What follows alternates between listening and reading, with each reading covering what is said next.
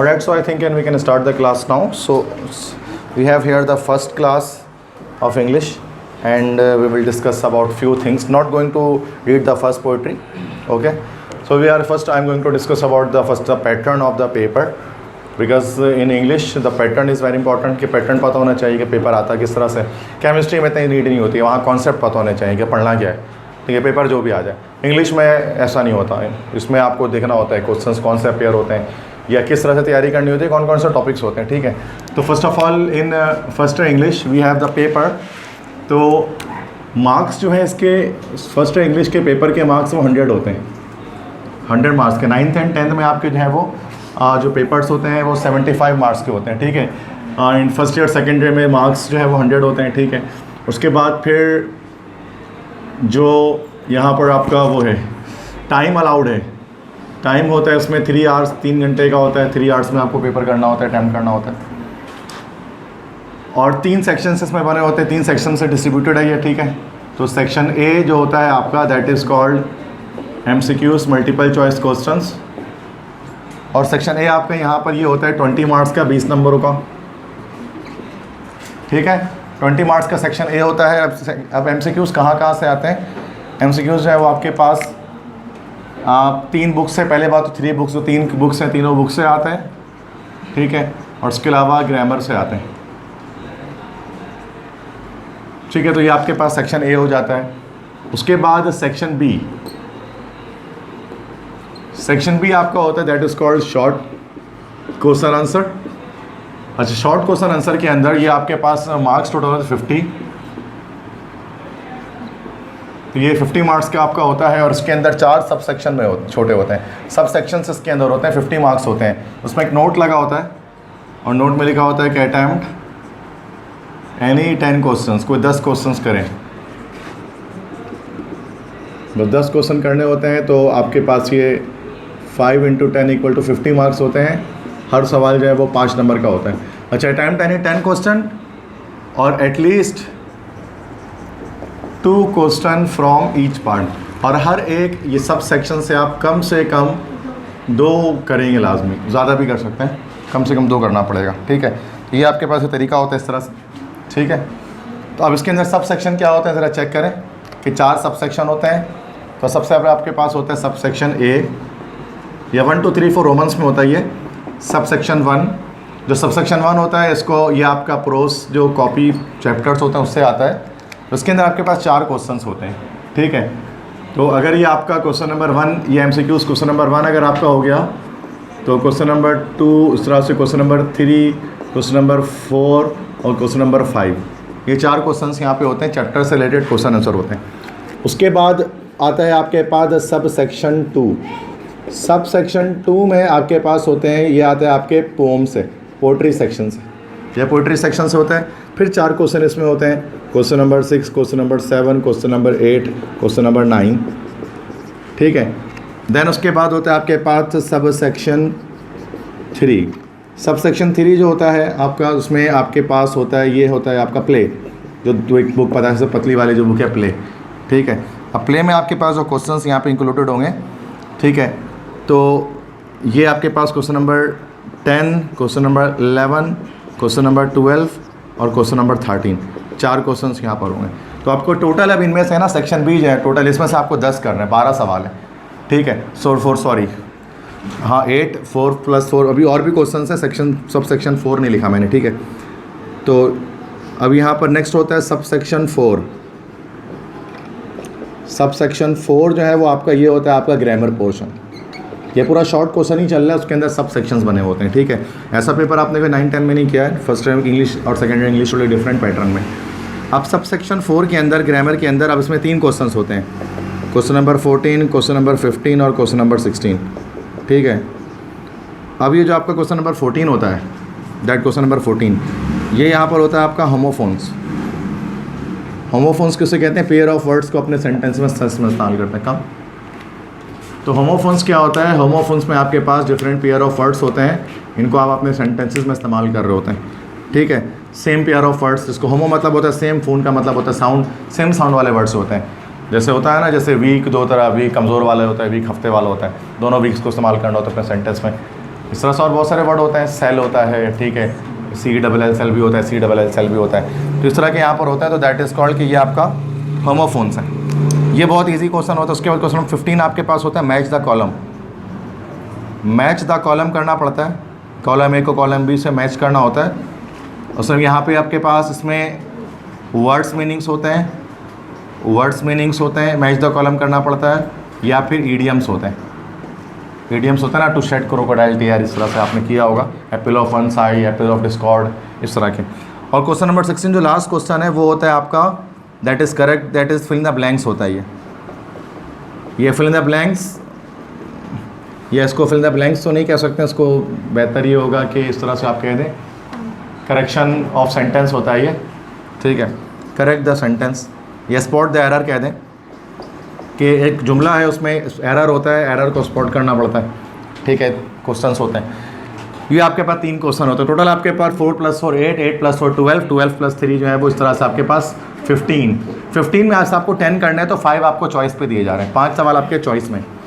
अब इसमें हम करते हैं कि हमारी स्ट्रेटेजी क्या होती है, पोम हम चारों करते हैं पक्का, इसके चारों सवाल हम कर लेते हैं, जो कि पोम्स कम है उसके क्वेश्चन भी कम है, ठीक है।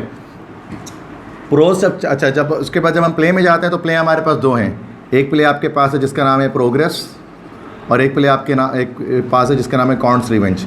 एक ही बुक के अंदर 2 प्लेस हैं, 2 1 प्ले वाली किताब के अंदर, ठीक है। तो उसमें एक प्रोग्रेस और एक कॉन्ट्स रिवेंज है। तो आप करते हैं क्या है, हम कॉन्ट्स रिवेंज को छोड़ के इसके प्रोग्रेस से क्वेश्चन आंसर याद कर लेते हैं, जो कम है इसके क्वेश्चन आंसर तो इसको याद कर लेते हैं। तो 2 सवाल यहाँ से निकल जाता है, 2 सवाल मिनिमम निकालना ही है ना, तो 4 + 2 8 हो जाता है। यहाँ हम होमोफोन्स कर लेते हैं और मैच द कॉलम कर लेते हैं, स्पॉट द एरर छोड़ देते हैं, ठीक है। तो यहाँ पर 4 2 6 तो 8 हो गया, 8 क्वेश्चन यहाँ बन के, फिर 2 क्वेश्चन आप यहाँ से अटैम्प्ट कर लेते हैं, यहाँ से हम कोई भी 2 क्वेश्चन अटैम्प्ट कर लेते हैं प्रोज सेक्शन से। इसमें भी जो मैं बताऊँगा कुछ किसी चैप्टर में क्वेश्चन ज़्यादा है, जैसे पाकिस्तान जिंदाबाद, वो हम छोड़ देते हैं, UN छोड़ देते हैं। ये ट्रिक के साथ क्या होता है, हम इसकी पूरी तैयारी कर लेते हैं। एक हमारे पास एक ट्रिक होती है एक, तो फर्स्ट ईयर में मतलब इंटरमीडिएट के अंदर बायोलॉजी, केमिस्ट्री, ठीक है, इस तरह से इंग्लिश, ये इस तरह से जो है वो मैथमेटिक्स, इसके अंदर हम इंपॉर्टेंट के पीछे नहीं भागते हैं, उसके अंदर में सारा करना पड़ता है, इंपॉर्टेंट कोई दे भी नहीं सकता इन सामान सब्जेक्ट का, फिजिक्स, केमिस्ट्री, मैथ, बायोलॉजी का। इंटर में 9 10 में तो गली गली में मिल जाते हैं इंपॉर्टेंट, इसमें इंटर में नहीं मिलता, ठीक है। तो इंटर में इसलिए हमें सारा पढ़ना पड़ता है, कंप्लीट पढ़ना पड़ता है। लेकिन इंग्लिश के अंदर, उर्दू के अंदर, इस्लामियत के अंदर फिर हम क्या करते हैं, हम सेलेक्टिव चीज़ों को पढ़ रहे होते हैं, क्योंकि ये हमें सेलेक्टेड चीज़ें ही करनी है और हम ट्रिक के साथ हमें और एक स्ट्रेटेजी बनाकर हम इसको काम करना पड़ता है। पूरा नहीं बैठ के याद करेंगे, बस जो बताऊंगा उतना ही करना है कम से कम, कि हमें नंबर हमारे पूरे 100 मार्क्स में से, अच्छा इसमें 100 मार्क्स अगर इंग्लिश के तो 100 इसमें आते भी नहीं है, इसमें टोटल एग्जैक्ट मैक्सिमम आपको जो है 85 80 85 इससे ऊपर नहीं आते हैं, ये मैक्सिमम है, जो कि कंपल्सरी सब्जेक्ट्स के अंदर थ्योरी वाले सब्जेक्ट में 3 नंबर आते हैं। अब ये हो गया आपके पास सेक्शन बी, तो ये आपके पास 50 + 20 70 मार्क्स हो गया। अब बच गए आपके पास सिर्फ और सिर्फ 30 मार्क्स, तो अब वो आ जाएगा सेक्शन सी। तो सेक्शन सी आपके पास होता है that is called detailed question answer. Detailed question answer के अंदर अब यहाँ पे सिर्फ 3 क्वेश्चन आपके पास है, ठीक है। क्वेश्चन 16 हो गया ना, क्वेश्चन 17 हो गया, क्वेश्चन 18 हो गया, क्वेश्चन 19 हो गया, 3 क्वेश्चन है बस। क्वेश्चन नंबर 17 ये क्या होता है, राइट अ पैराग्राफ। एक पैराग्राफ आपको लिखना पड़ता है, you have to write a paragraph here. Paragraph और ऐसे में थोड़ा सा फ़र्क होता है, ऐसे लॉन्ग होता है, ऐसे 3 पेज का होता है, पैराग्राफ 1 पेज का होता है, 1 से 1.5 पेज का आपको पैराग्राफ लिखना पड़ता है। आप उसको ऐसे बोल दो, लेकिन ऐसे is actually a collection of paragraph. ऐसे में क्या होता है कि 3 पैराग्राफ या 4 पैराग्राफ मिलाते हैं तो एक ऐसा तैयार हो जाता है। तो सिर्फ एक ही पैराग्राफ हो तो वो पैराग्राफ है, तो बहुत सिंपल, वो 1 पेज 1.5 पेज में 1 पैराग्राफ हो जाता है, ठीक है। 10 मार्क्स का 10 मार्क्स का आपको ये मिल जाते हैं, ठीक है। पैराग्राफ आपको 10 नंबर यहाँ से मिल जाते हैं। इसमें कुछ इंपॉर्टेंट टॉपिक्स होते हैं सिलेक्टेड, तो वो हम जो है वो पढ़ेंगे, ठीक है। तो मैं मतलब एक ही टॉपिक दे रहा हूँ, ठीक है। अगर अगले साल पेपर हुआ तो यही आएगा और कुछ नहीं आ सकता, ठीक। कोरोना वायरस या पेंडेमिक, ठीक है, कोविड-19 पे ही आना है, सभी को पता है यार, दूसरा को जरूरत ही नहीं। अगर अगले साल पेपर हो गया तो ठीक है, नहीं हुआ तो फिर देखेंगे फिर आगे। बट अगर हो गया, अगर किसी भी सूरत में, अगर आज की पेंडेमिक ख़त्म भी हो जाता है ना, कल ख़त्म हो जाता है, लेकिन एग्ज़ाम में यही आएगा, ठीक है। 9 के भी, 10 के भी, 11 के भी, 12 के भी, सब में यही आएगा, क्योंकि सबसे ज़्यादा, इससे ज़्यादा इंपॉर्टेंट तो अभी तो कुछ भी नहीं है पाकिस्तान की दुनिया में, कुछ नहीं। क्वेश्चन 18, ठीक है। वरना मैं 5 टॉपिक देता हूँ, अभी एक ही टॉपिक दे रहा हूँ मैं फिलहाल, ठीक है, बस और कोई ज़रूरत ही नहीं करने की। तो ये एक तरह से तो बड़ी बुरी बात है कि पेंडेमिक फैली हुई है, तो मफाद परस्ती के लिए अच्छी बात भी है कि इंपॉर्टेंट हमें मिल गया, ठीक है। तो मतलब टेरर जैसा है ना, कोई खुदा ना खास्ता धमाका हो जाता है तो बहुत लोग जाने ज़ाया हो जाती हैं, फिर ये बच्चे थोड़ा सा खुश हो रहे होते हैं, चलो ये इंपॉर्टेंट पेपर में आ जाएगा, टेररिज्म आ जाएगा पेपर में, क्योंकि दहशतगर्दी का कोई वाक़या हो गया पाकिस्तान में। ठीक है, तो कोरोना वायरस तो ये पैराग्राफ में आपका आ जाएगा। और भी होते हैं, 4 होंगे, कोई ये करना होता है, वो भी होता है, लेकिन मैं भी फ़िलहाल नहीं बता रहा इंपॉर्टेंट क्या है। ठीक है, उसके बाद नेक्स्ट जो है वो आपके पास होता है राइट अ शॉर्ट स्टोरी।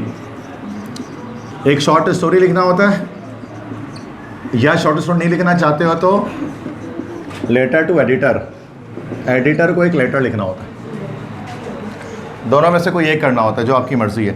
अब इसमें शॉर्ट स्टोरी में से गिनते हैं कुछ टॉपिक है, बस सही आते हैं, या तो आएगा यूनिटी इज स्ट्रेंथ आएगा, 1-1.5 पेज की स्टोरी लिखनी है। यूनिटी इज स्ट्रेंथ पर इत्तेफाक में बरकत है।